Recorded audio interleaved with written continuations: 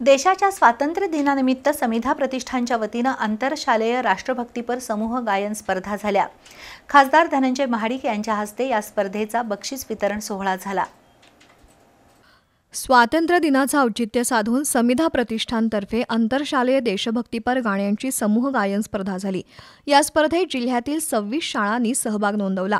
या स्पर्धेचा पारितोषिक वितरण सोहळा खासदार धनंजय महाडिक यांच्या हस्ते संपन्न झाला।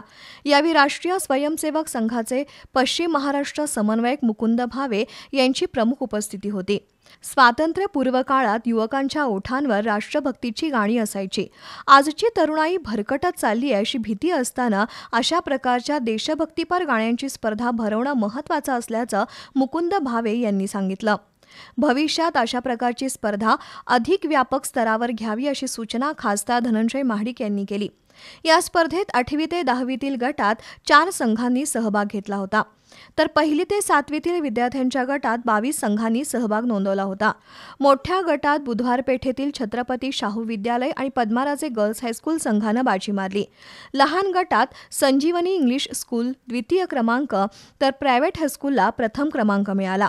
विजेता संघांना रोख रक्कम आणि सन्मान चिन्ह देऊन गौरवण्यात आलं। यावेळी समिधा प्रतिष्ठानचे अध्यक्ष अजित ठाणेकर, माजी नगरसेवक विजय खाडे पाटील, डॉक्टर आनंद धर्माधिकारी, डॉक्टर शीतल धर्माधिकारी, डॉक्टर पूजा पाटील यांच्यासह विद्यार्थी उपस्थित होते।